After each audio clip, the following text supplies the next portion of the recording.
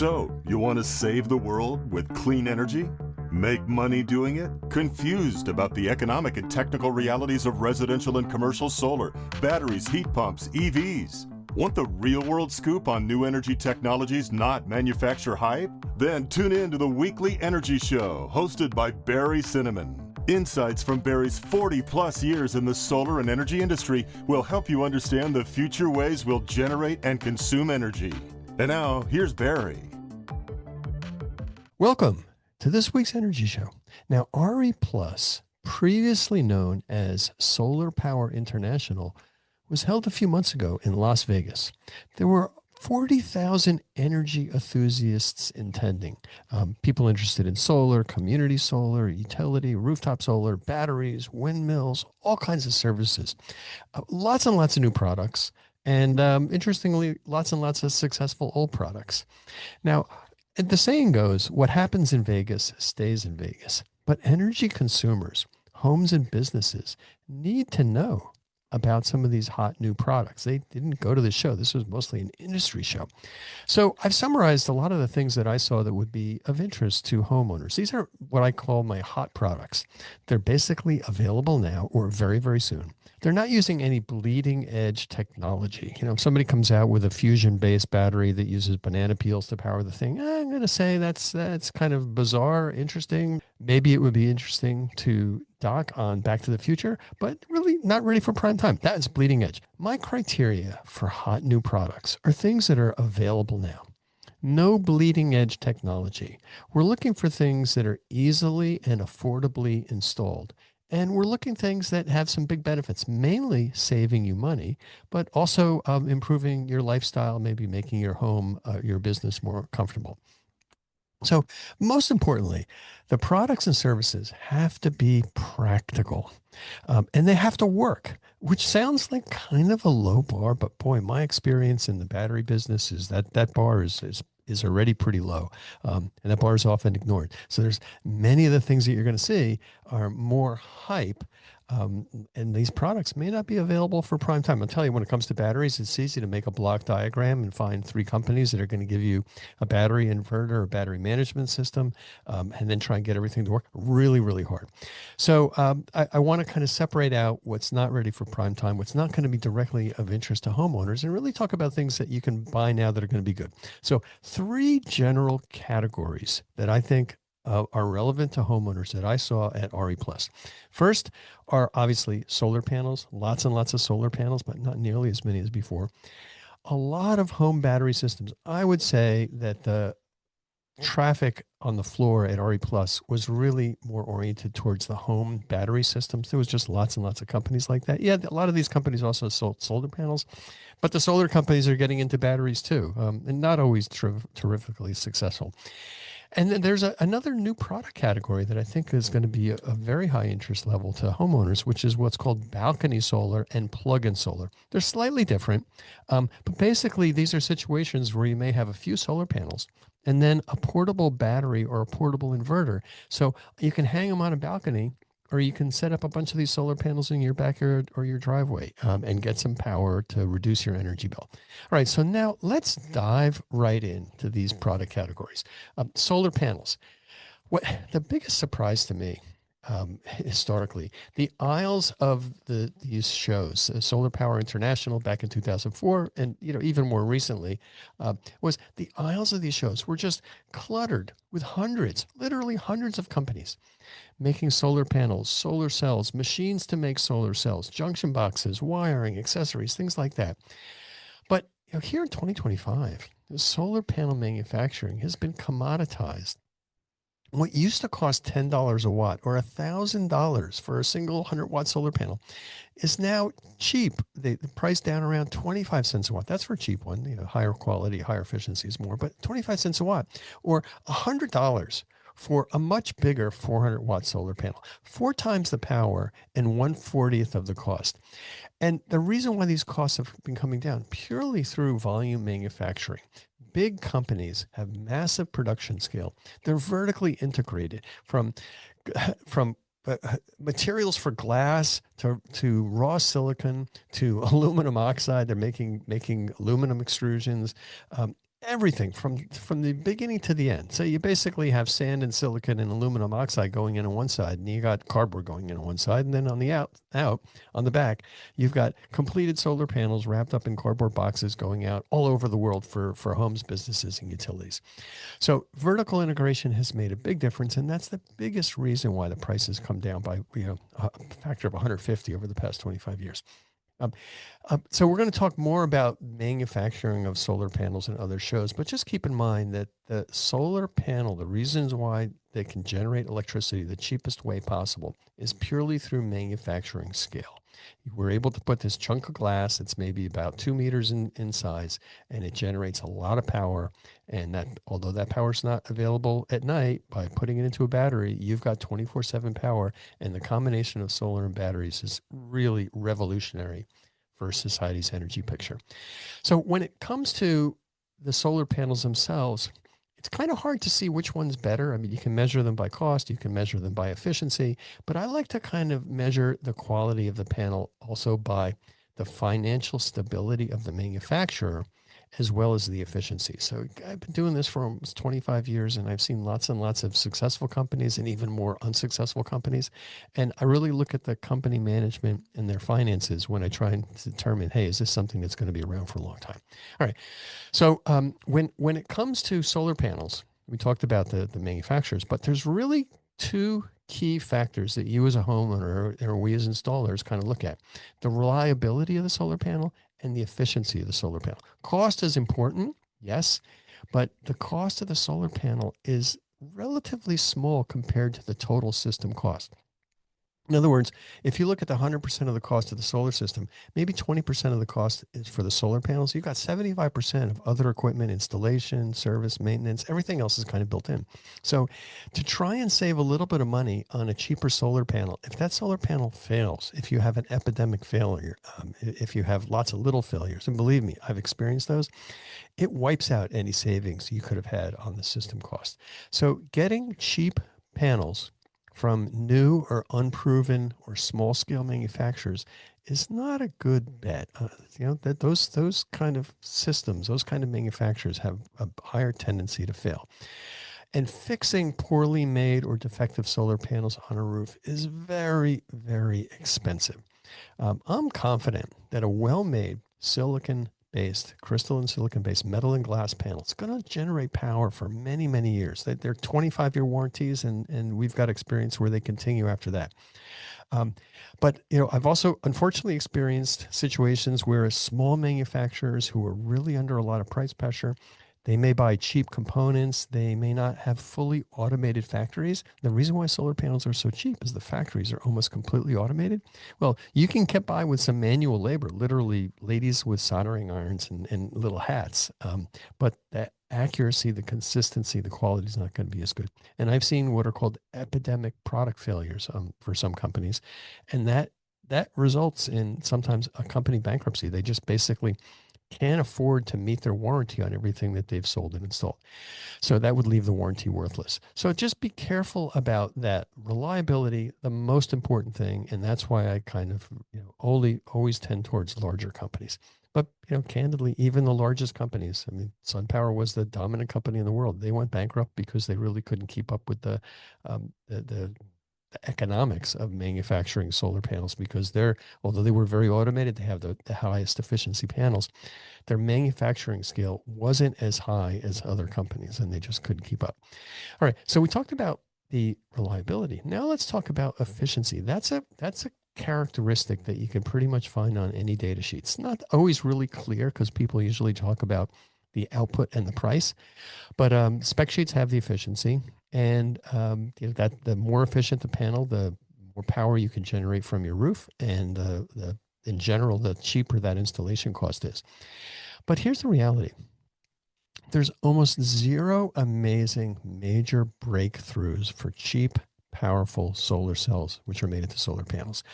All of these improvements, over the past 25 years that I've been very active in the industry, all of these improvements have been incremental. Little improvements here, little improvements there. Slightly better manufacturing capabilities, better sorting, better chemical processing of the solar cell, different techniques to create that wafer, slicing that wafer even thinner. And so all these improvements have resulted in efficiencies going up from a good panel in 2001 was 14% efficient. Now the top efficiencies are sometimes in excess of 23%.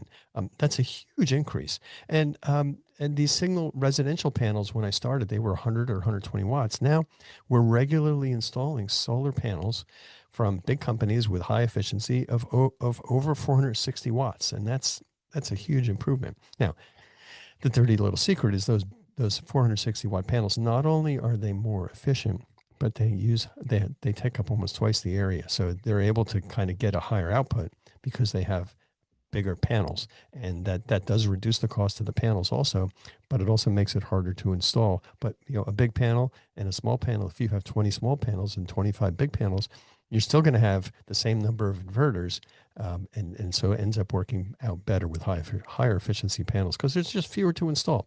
And keeping in mind, when we're looking at panels that are in the 22 to 23% efficiency range, the theoretical maximum crystalline silicon solar cell efficiency is about 26%. And they're kind of boosting up that efficiency with taking multiple layers of silicon, crystalline silicon, sometimes amorphous silicon, treating the solar cell differently, putting the wires and the contacts in the back or smaller. So the tricks that you can use that's what's improving the efficiency. I kind of chuckle when I see other companies or these new announcements from companies saying that they've got the ability to spray on solar material every surface like a spray on tan. Well, we know how a spray on tan looks, and we know how it really, how long it lasts. I can guarantee you that when you're spraying on a solar cell material, there's going to be a lot of other issues involved with making that work. So that concept doesn't really fly. And then, another really cool concept that's been out there is, hey, let's do what works in nature. Let's kind of create solar panels that are shaped like leaves of a tree. I mean, nature's got trees. That's an efficient way to collect photosynthetic energy. Or let's see if we can come up with some photosynthetic materials for solar cells.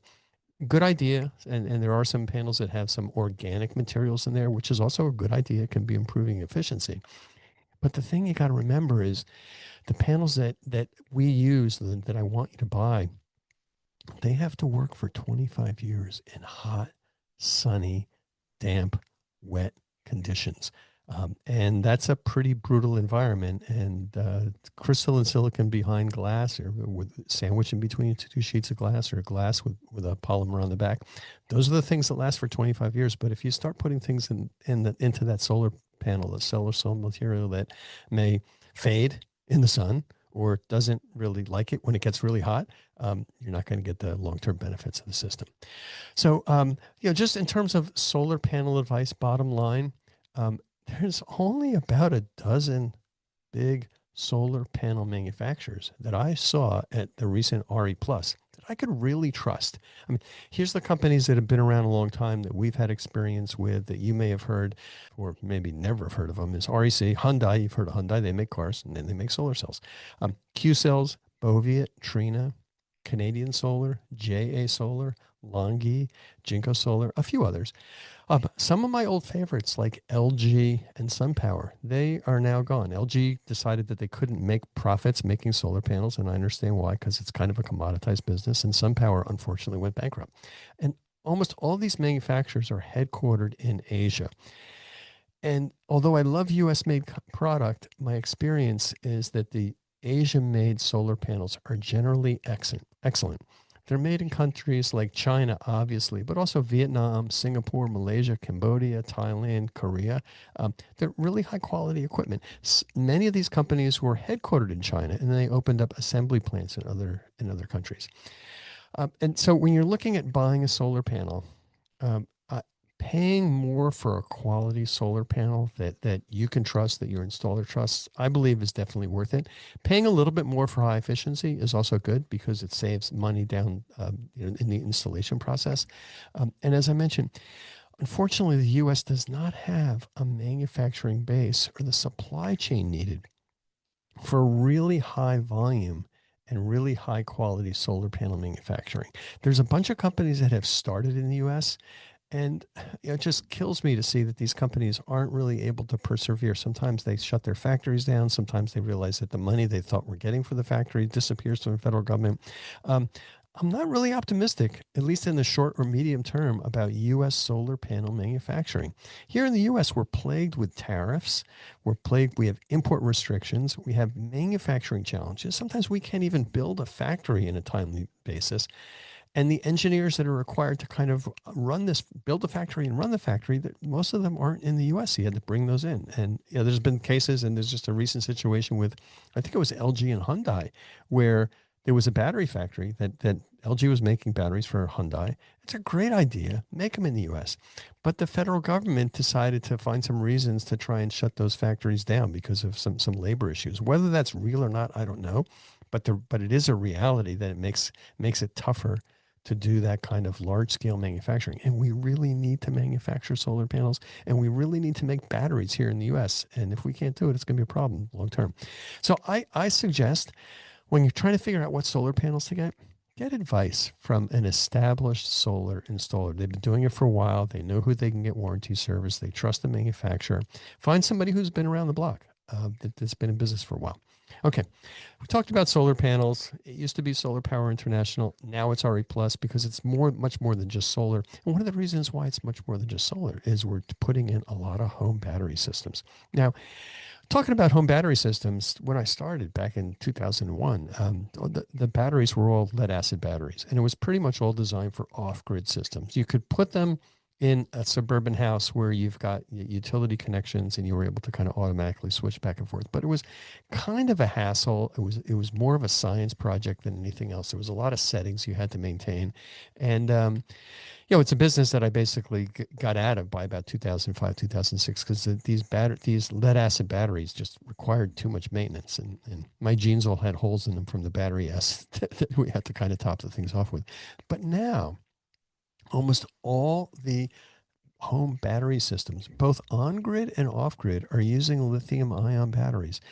These batteries, although they're a little bit more expensive, they last longer. They're more compact. They can charge and discharge more deeply, and overall economics are really good. And really, they're a lot lighter. I mean, you can get the same number of kilowatt hours of a battery that's 100 pounds, that might be 200 for lithium ion, that may be a 200-pound battery or several batteries, lead acid batteries. So lithium ion is really taking off. And the reason is, candidly, the car manufacturers there's so many EVs using lithium ion batteries that the manufacturing scale for lithium ion batteries has gone to the roof. They used to measure the cost of lithium ion batteries by kilowatt hours per dollar per kilowatt hour. It used to be like $1,000 per kilowatt hour. Now it's down like 100 or less. So it's coming down really fast. And I see that trend is going to continue pretty much just as it did with solar panels.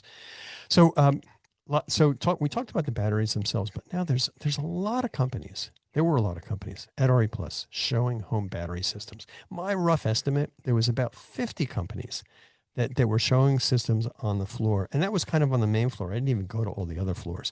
There's and the reason why there's so many companies is there's so much interest. There's so much demand for these home battery systems. I mean, here in California, almost every solar system that's installed has a battery with it. We're in probably around 95% attachment rate. So 95% of the solar systems we put in have batteries, and we're putting in a lot of batteries for old solar systems. So a lot of demand, but it's very difficult to design, to manufacture, to test, and to provide field support for a home battery system. There's a lot more components than just solar panels and an inverter. You've got an enclosure, you've got a battery management system, you have the batteries themselves. And to top it all off, these systems have software, and the software is very challenging to design. It's not just one piece of software. You have a phone app that homeowners can take a look to see how things are going. You have fleet management software, so big installers like us can keep track of all the systems. You have administrative capability, so the manufacturer can go in and fix things independent of the installer and of the customer. And then you have updates to the software called firmware updates that happen, sometimes pretty regularly. And you can't write software until the hardware is completed. So usually what happens is you've got a system that's almost done. You've integrated all the parts. Everybody, all these components from different manufacturers have their own firmware. You try and put it all together, and then it could be another year before everything's working smoothly together. And that's one of the reasons why when I kind of look at battery system companies, I strongly, strongly prefer the companies that make everything in-house. They make the inverter, they make the battery management system, they manufacture the enclosure. They may buy standardized battery cells from companies like CATL or BYD or a few others, really, really big battery companies, but they also make all the hardware themselves. And that's important for the strange reason that they can then control the software and the firmware that works with all those components. So I like the companies, a few of them that I really like are Franklin, Tesla, Enphase. They kind of do everything in-house. There's a few others that are coming up, but doing everything in-house, especially the software, is really, really important. And now let's talk about actually getting the things installed. I mean, it's even I can create a block diagram and a brochure of a battery system that's composed of a bunch of components that you buy from different manufacturers and wave your arms around, say, here's the software, come up with the specifications. Even I can do that. But the building codes for these systems are very strict, and it's very tricky to kind of make everything work together. And one of the things I noticed is that a lot of the systems that are on the market that are supposedly being sold aren't fully code compliant with the latest building code and electrical code requirements. It's difficult and expensive for new battery system companies to kind of jump through all those hoops that the cities and the states put in front of them. So when you're a homeowner, I don't want to get into the weeds on this, but my advice for homeowners is finding a battery system from a big supplier that's that big manufacturer. I mentioned a few of them. And then from an installer that's been installing these things for several years in your community. Don't be kind of convinced by a new battery system that has good specs and maybe a really good deal. It might be like half the price of something else. You may have problems. And candidly, those brand new systems are things that we were enthusiastic about as an installer, but we really want to make sure that they kind of get tested by the market, and then we test them themselves before we use them. So right now, look at the market leaders of home battery systems. Not in any particular order, but we've got Franklin, we've got Enphase, and you've got Tesla. There's a few others, but these are the three market leaders, and they're the ones I would recommend at this time. I'm looking at the others. I'm hoping some others come up just to kind of keep competition out there. But to me, as I mentioned, the most important thing is reliability. Now, there's some other considerations when it comes to battery systems, and this is one of the things that kind of struck me. That we used to look at solar panels and inverters, but you know what? There's the standalone inverters are disappearing in this industry, and the reason is that most battery systems come with a dedicated built-in inverter. So companies that used to just sell inverters like SMA and Fronius, they're getting into the battery business very aggressively right now because they realize that they're not going to be able to sell their inverters unless there's a battery system, a battery management system, an enclosure, everything built by them with software. A lot of these inverter companies kind of try to handle it by subcontracting everything out and then hoping that the software works for them. But they're not really getting the same traction as some of the others that I mentioned. So the market for standalone inverters is basically, in my view, at least in the U.S., is going away as the inverter technology is integrated into the battery system, because every battery system, it's DC, just like the DC on the roof. Every battery system has an inverter, needs an inverter for the battery. So you might as well use the same battery for the solar panels. Now, there's an exception, and that exception is for microinverters from companies like Enphase. There's another company called APS, but Enphase is a market leader, and they have microinverters on the roof. They've done a really good job of integrating their rooftop microinverters with a battery system that, ironically, interestingly, also has not one big inverter, but it has multiple smaller inverters, built into it, and it works. It's a clever concept. Now, speaking of the boxes in which these things are installed, and this is when I kind of look at, hey, this is a good product that's going to be easy to install, or hey, this is going to be complicated. I look at the number of boxes that are required to ship to the site that we have to take out of our warehouse, put on our truck, carry it into the side of the house, and then unbox and install. There's a direct relationship between the number of boxes that you need for a battery system and the ease of installation. And that translates into lower installation costs. A few companies, Franklin and Tesla are a couple of the most notable. They basically have integrated the inverter and the battery and the control system into one big heavy box. It's 300 or 400 pounds. And you kind of look at it and say, gee, that's a pain in the neck. That's going to be too costly to manage and install. It is tricky to handle, move, carry to the side of the house. But once you figure it out, it's one box. And that's just amazingly easier to install. There's other companies that have made a lighter weight system because they have modular batteries. Instead of one battery that's 15 kilowatt hours, that may end up being 300 or 400 pounds. That's kind of what Tesla and Franklin have. They may have 4 little batteries, each of which is 3.5 kilowatt hours or 3 kilowatt hours, a 12 to 15 kilowatt hour system. And so those smaller batteries maybe weigh 65 to maybe a little over 100 pounds. So it's easier to install, but you have to unpack a lot more boxes. And so you've got maybe 2 to 4 boxes with the batteries. Then you have an enclosure, then you have a mounting system, then you have a control system somewhere else. So it ends up being a lot more boxes. You have to unpack those boxes. You have to mount the components on the side of the house, and then you have to wire everything up. And that's kind of a pain in the neck. So fewer boxes, cheaper to install. And that's kind of really, when I'm looking at things right now, that seems to be what's winning in the marketplace. Now, we talked about reliability for solar panels. Reliability for batteries is even more important. It's even harder to kind of determine. So full stop, the most important consideration for a battery system is reliability. And we've been tracking battery system reliability, I mean, heck, for almost 10 years. God. A few of the systems have been very reliable. Some relatively new systems, some older systems have been very reliable. Others, for whatever reason, I'm not going to get into company names, they've become very unreliable. And one of the reasons is they have a hodgepodge of different equipment and software from different manufacturers. It's hard to get everything to work together. And then you do get everything to work together, but then let's say the inverter is improved, and now the firmware that controls the battery control system, the communications, that all has to get updated. And it's hard for companies that kind of package things from different OEMs to really keep up with the software.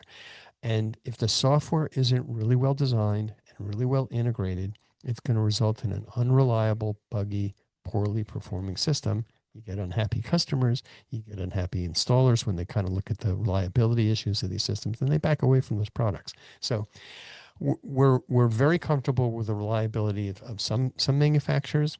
Some manufacturers we really like, but they haven't really managed to keep their systems as reliable as the others. And I consider a 5% battery system reliability number, ironically, really good. Now we have some that are less than 1%. Those are terrific.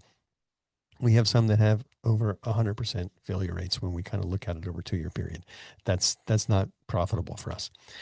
Okay. Well, we talked about solar. We talked about batteries. Now let's talk about a couple of new concepts that are called balcony solar and plug-in solar. Now, this is kind of new. I've been familiar with it for a long time just because we developed the first AC panels. But this is something that really is at the very low end of the market, appealing to people who are, say, in apartments or houses that don't want to spend the money for a big rooftop system. So let's talk about balcony solar. And what's interesting about balcony solar and plug-in solar is pretty much everything we saw at RE Plus and also SPI over the years. There was nothing that was do-it-yourself. I mean, you could buy some solar panels and then you would pull out your hair trying to find all the other components you need, find all the instructions, make sure you do everything in a code-compliant way. That's really easy to do with smaller balcony solar and plug-in systems. So the balcony solar systems, the way they're designed is you may have a solar panel with a microinverter on the back and a plug, and it can just plug into a special outlet or into the wall. Or you may have the ability to connect 2 or 3 solar panels, one of which has an inverter on it, and those 3 can all run and then plug into the wall. Some of these also can supply backup power because there's a small battery and control system on there. But these are really low-end systems, super popular in Europe, particularly in Germany. So I think there's like literally 1 million of these things sold in Germany. And basically people buy these 300 or 400 watt solar panels. They hang them on the balcony. and they plug them into the wall, they're not going to put out an enormous amount of power. I mean, let's just say, I'm just kind of running some numbers. A 400-watt solar panel might put out 600 kilowatt hours a year. It's nothing to sneeze at. And at 50 cents a kilowatt hour, that's $300 of savings a year. It kind of has a short payback since it's do it yourself. A lot of it depends on the laws in the city and the community and in the country. Germany has some regulations that allow you to do this, and some of the states in the U.S. are also starting to establish laws that make it legal to install these balcony solar products. So there's these balcony solar products, and now taking it a step further, instead of just one or two solar panels on a balcony, let's say you set up 6 or 7 or 8 in your backyard, or I got a neighbor around the street from me in San Jose. He's got like 8 of these solar panels on his driveway. A little bit of a pain in the neck when you want to pull out your car to move your solar panels, but that's, guy's saving a lot of money. So we call that plug-in solar. That's typically for larger systems. When they're all put together, maybe they can generate 1,200 watts of power. They're typically not plugged into a regular outlet because they put out too much power, but they typically also have a small control system in a box with a built-in battery. So these things can also provide a significant amount of backup power. I think some of them have like a 1,200 kilowatt hour, 1.2 kilowatt hour in capacity of batteries, and maybe they can put out more than 1,000 watts. So you can power a refrigerator or a bunch of appliances. So those are very cool. You have a little box that's got the inverter and the battery in it, 1,200 watts, maybe 1.2 kilowatt hours of battery. And you've got some inputs for solar panels. You can kind of plug those solar panels in. And then you've got some outlets where you can run appliances. And it's even conceivable with the right design, and they're doing this in Europe, you can then plug that into the house, and it can also backfeed the house with the right kind of outlet. So the ones that I saw, there's a lot of them, but I'm kind of looking at some of the bigger companies. And some of these big companies are selling these battery backup systems in Costco and Home Depot and the big box retailers. So they've got good distribution. They're selling big volumes. So EcoFlow is doing that. Jackery is doing that. Enphase is coming out with a system in the US. They're selling a lot of the Enphase systems in Germany already. There's many more coming to market.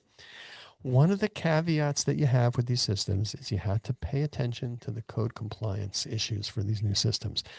There's particular UL rules and National Electric Code rules, NEC. It's the Bible of the electrical industry. There's some rules about the size of systems, the way they can be connected, et cetera. And those rules are are evolving, but they're going to get solved. And these balcony and plug-in systems are just absolutely terrific for somebody living in an apartment that has a balcony. Maybe they got room for 3 solar panels hanging off the balcony, or they may have a driveway where they can put some solar panels, or it may be in a small house and you don't want to put solar panels on the roof. So you put a half a dozen in your backyard. Makes a lot of sense. And that's why I'm so enthusiastic about it.